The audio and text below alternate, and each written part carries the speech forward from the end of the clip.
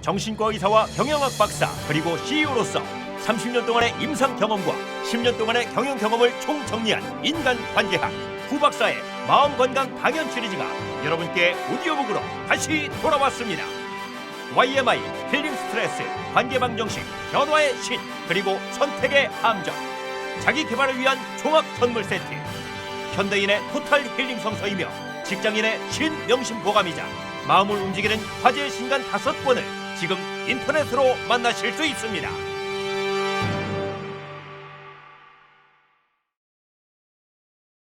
선택의 함정 13.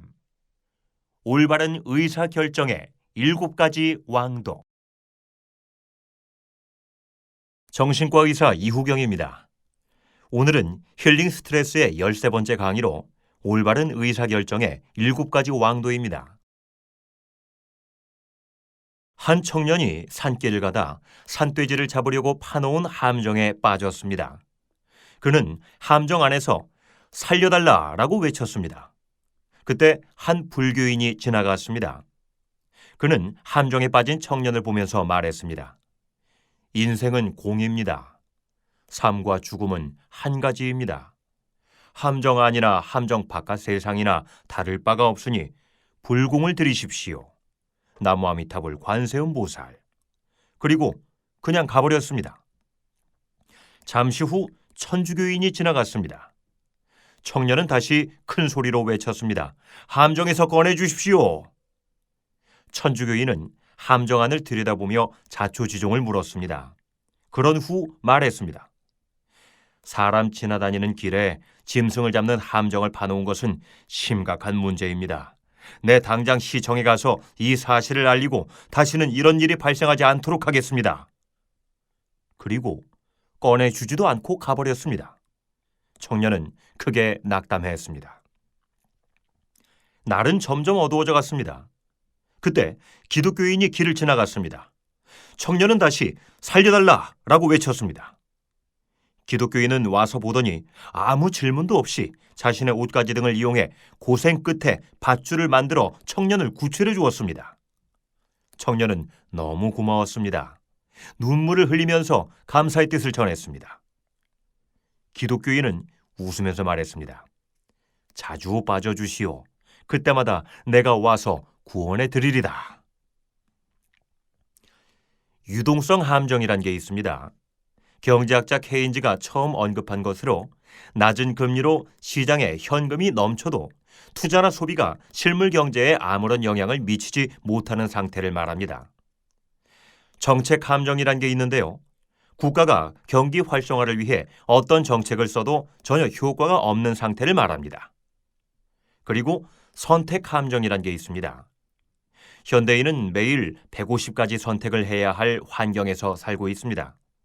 인터넷과 TV는 실시간 광고를 통해 우리에게 선택을 유혹하죠.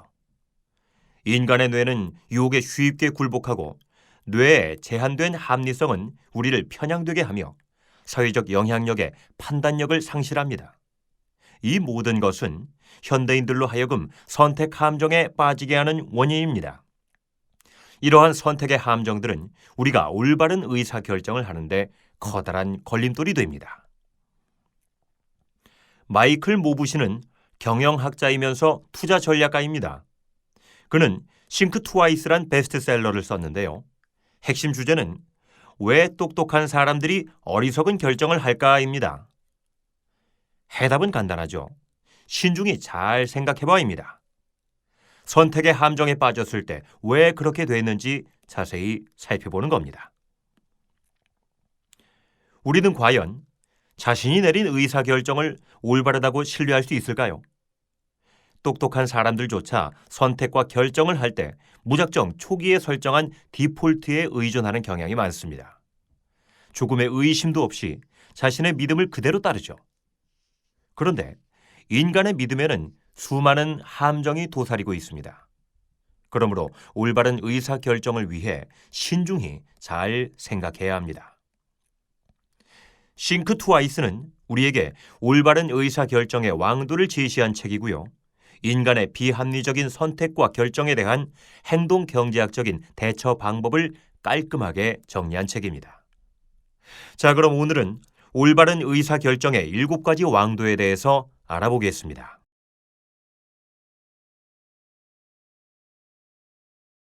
첫 번째 왕도는 객관적 시각을 유지하는 것입니다.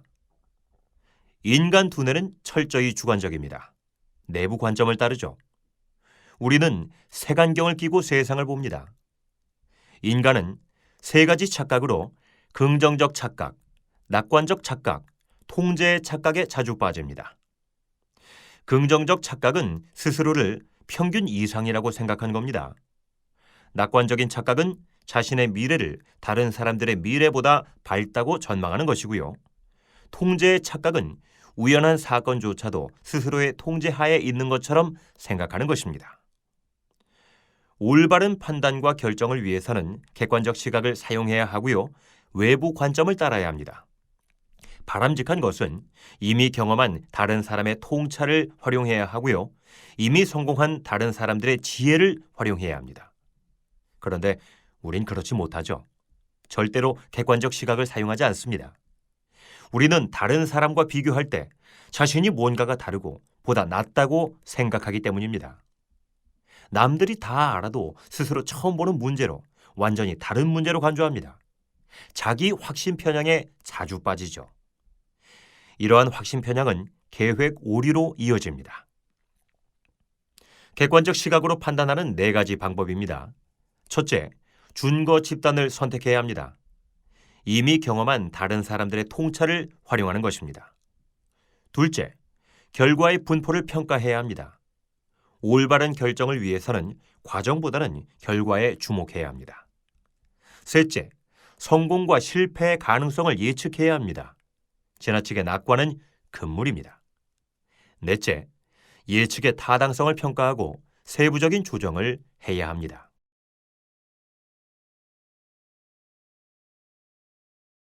두 번째 왕도는 선택의 폭을 넓히는 것입니다. 인간 두뇌는 터널 비전에 익숙합니다. 판단과 결정을 할 때 우리는 생각할 수 있는 모든 가능성을 사용하지만 결국 쉽게 받아들일 수 있는 것만 고려합니다. 유리한 것은 받아들이고 불리한 것은 받아들이지 않죠. 변화와 시간 등 특정한 조건에서 다양한 대안을 고려하는 데 실패합니다. 다른 대안보다는 쉽게 사용할 수 있는 기억을 선호하고요. 디폴트 옵션에 따라 그럴듯한 것에 만족합니다. 사람들은 인지 부조화 상태를 못 견딥니다. 그래서 일관성을 통해 스스로를 합리화합니다. 일관성은 2가지 장점이 있는데요. 우선 문제에 대해 생각하는 것을 멈추고 심리적 휴식을 취하게 합니다. 그리고 원인과 결과로부터 자유롭게 합니다. 터널 비전의 함정을 피하는 5가지 방법입니다. 첫째, 분명한 대안을 고려해야 합니다. 기준점, 디폴트 옵션에 특히 조심해야 합니다. 둘째, 대안에 대한 이의를 제기해야 합니다. 자신의 생각과 반대되는 대답이 나올 질문을 생각하는 겁니다. 악마의 옹호자 기법이라고도 하죠. 셋째, 기존의 판단에 대해서도 끊임없이 정보를 수집해야 합니다. 그럴 줄 알았어 라고 하는 사후 확신 편견을 특히 조심해야 합니다. 과거에 효과가 있었던 방식은 현재까지 유효하지 않습니다. 넷째, 감정이 개입된 경우 판단을 중지해야 합니다. 평정심을 찾은 후에 판단해야 합니다. 다섯째, 판단을 왜곡시키지 않도록 내재된 의도와 동기, 인센티브를 잘 파악해야 합니다.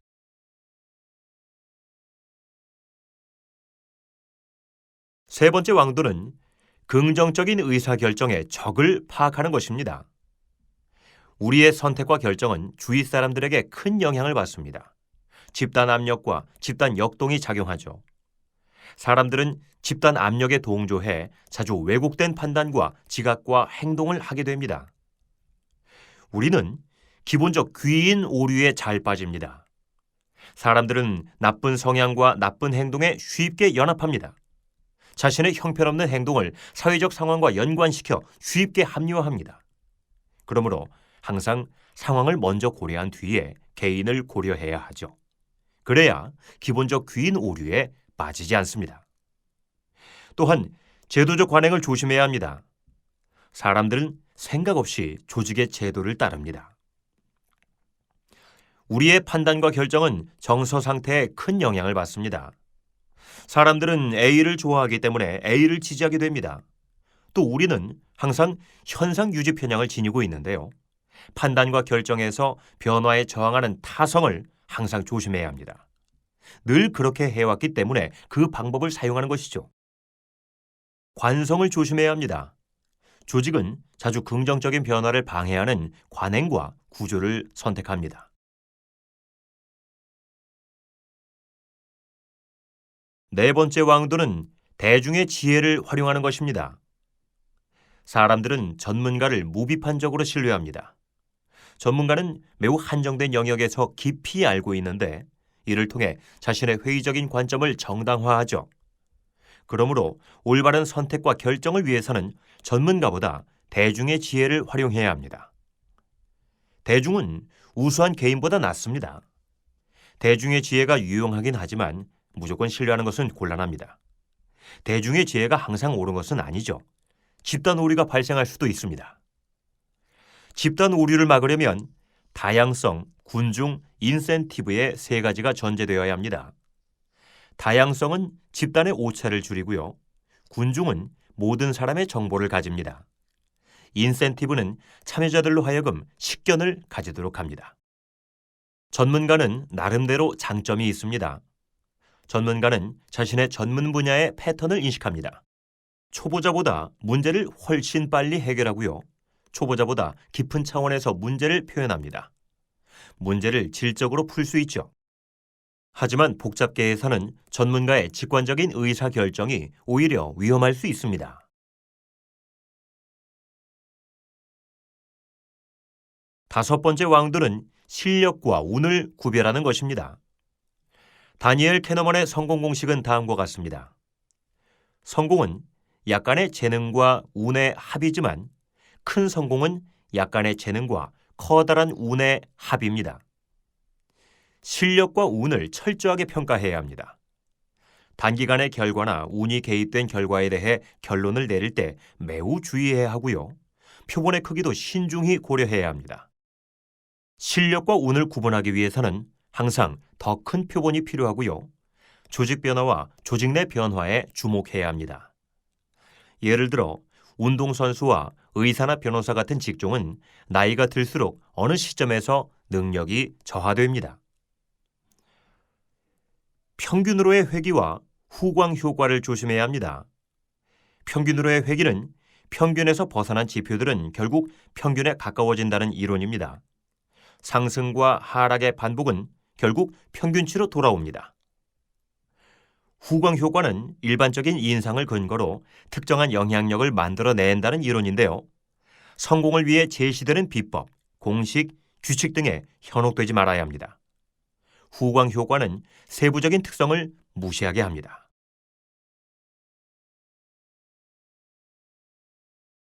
여섯 번째 왕도는 상황과 맥락을 살피는 것입니다.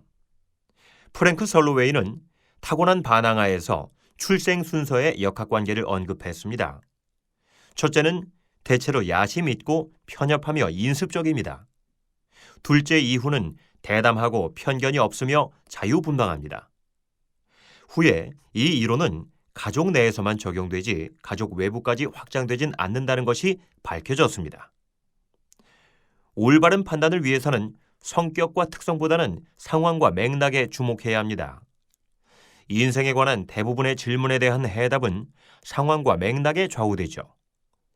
사람들은 종종 한 상황에서 얻은 교훈과 경험을 다른 상황에 대입하려고 합니다. 그러나 특정 상황에 적중했던 판단은 다른 곳에서는 실패하기 마련입니다. 나의 방법이 최상의 방법은 아닙니다.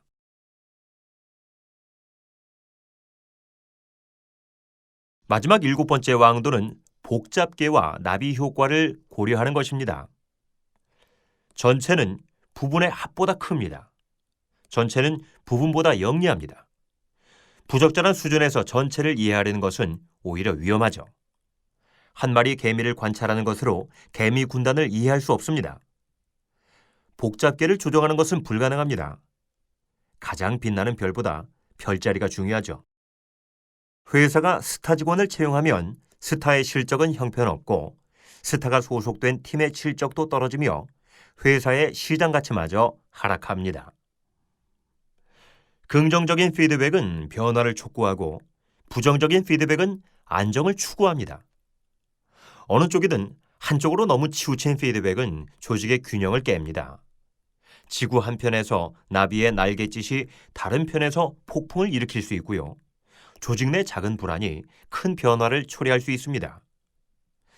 긍정적인 피드백은 최초의 변화를 같은 방향으로 강화하고요.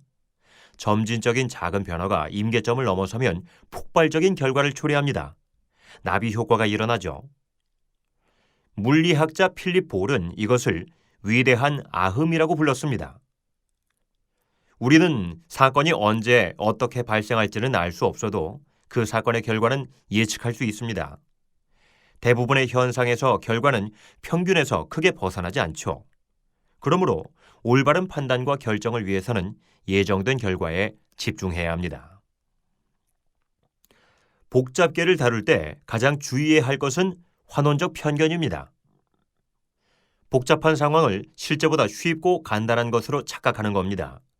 이는 종종 값비싼 대가를 치르게 하는데요.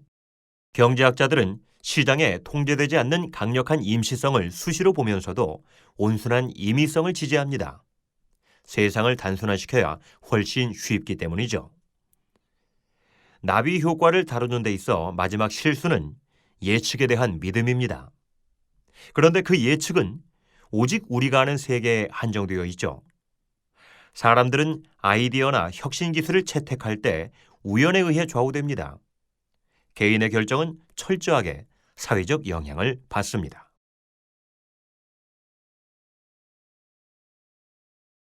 자, 이제 결론입니다. 한 스승이 제자들을 거느리고 시골길을 가고 있었습니다.